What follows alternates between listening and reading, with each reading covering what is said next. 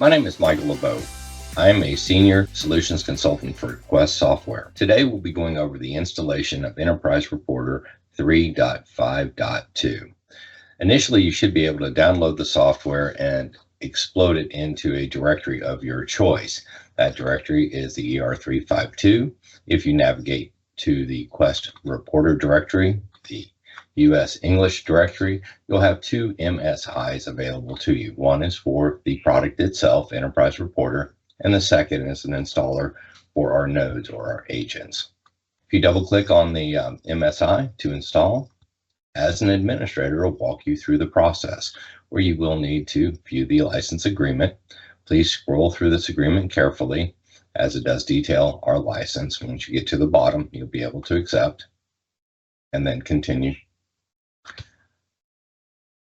You will note that it will install 5 different components of Enterprise Reporter: the Report Server, Configuration Manager, Report Manager, Database Wizard, and the Log Viewer.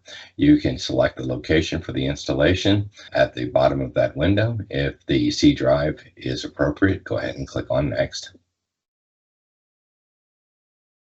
You will have to define a service account at this location. The service account is for the Enterprise Reporter server. This account should be a local admin on this machine so that it can run Enterprise Reporter. I have an account ER-admin that I will use. Now note, if you are using a fully Kerberos environment, you can use a UPN or SPN in lieu of a domain type account. Most important is you must ensure that port 7738 is available. Once you've supplied that information, all you have to do is click on the install, and this will go to install the base components of Enterprise Reporter. This is a fairly quick process.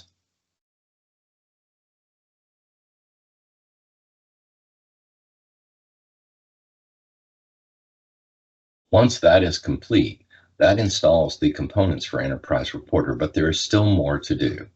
Typically, you would have an application called the Database Wizard should be prompted to come up and install the database. If not, you could easily start it just as I have done.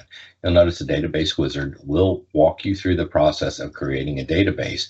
Of course, the logged on account must have rights on the SQL Server in order to create the database. We'll select the Create Database option and continue. Here you will have to define your SQL Server with the instance if you have one. The database name by default is DB Reporter, and the option for encryption is set to optional. The database will start out at 50 megs in size with an initial log size of 50 meg. If you want to move it to a different location on your SQL Server, you have the option to do so. And then in the domain where you're installing Enterprise Reporter, it's going to create 4 different groups: Reporter Discovery Admin, Reporter Reporting Admins, Reporter Reporting Operators, and Reporter Discovery Nodes. It is important that during this process, as soon as these groups are created, that you add your account and all of the other accounts that you want to use Enterprise Reporter to these groups to enforce the RBAC options that we have with Enterprise Reporter. If you do need to change these groups for naming conventions, you can do so here, and it will honor those name changes and create the groups accordingly. Now, we are going to create the database. We will set security on the database. We do give you a warning that this is about to happen. In this process, we're going to create the database DB Reporter on the SQL Server, and we'll go ahead and click Finish. This will create the database, populate, and then secure the database. This process does take at least a minute to complete. As soon as the database is created, it will begin to populate the database and secure the database as you're seeing going on now.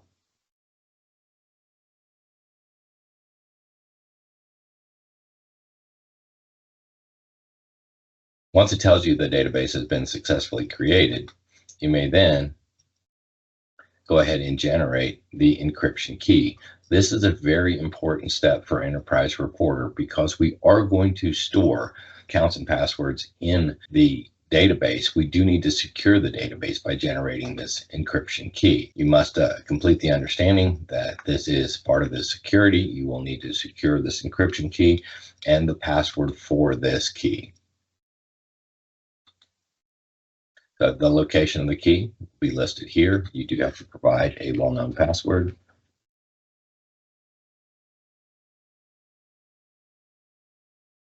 Once this is done, you'll build the encryption key. It'll be up to you to store the encryption key and the password in a secure location. Once that's completed, you can close that window, close the database wizard window, and then you can prepare to run Enterprise Reporter. The first thing that we must do is run the configuration manager. You'll typically find it in the menu here. Once it runs, it'll ask you to connect to the server where you have Enterprise Reporter installed over that port 7738. Go ahead and log in. It'll show that you do not have any licenses installed. Of course, we'll give you a DLV license that comes with Enterprise Reporter. You'll be able to locate this anywhere you've stored it on your disk. Reference that file. You'll see that it is for the Enterprise Reporter suite in this case, and that will be what's enabled for you. Once you have that license applied, you'll see that the Enterprise Reporter will fire up, and that will be the end of this first recording.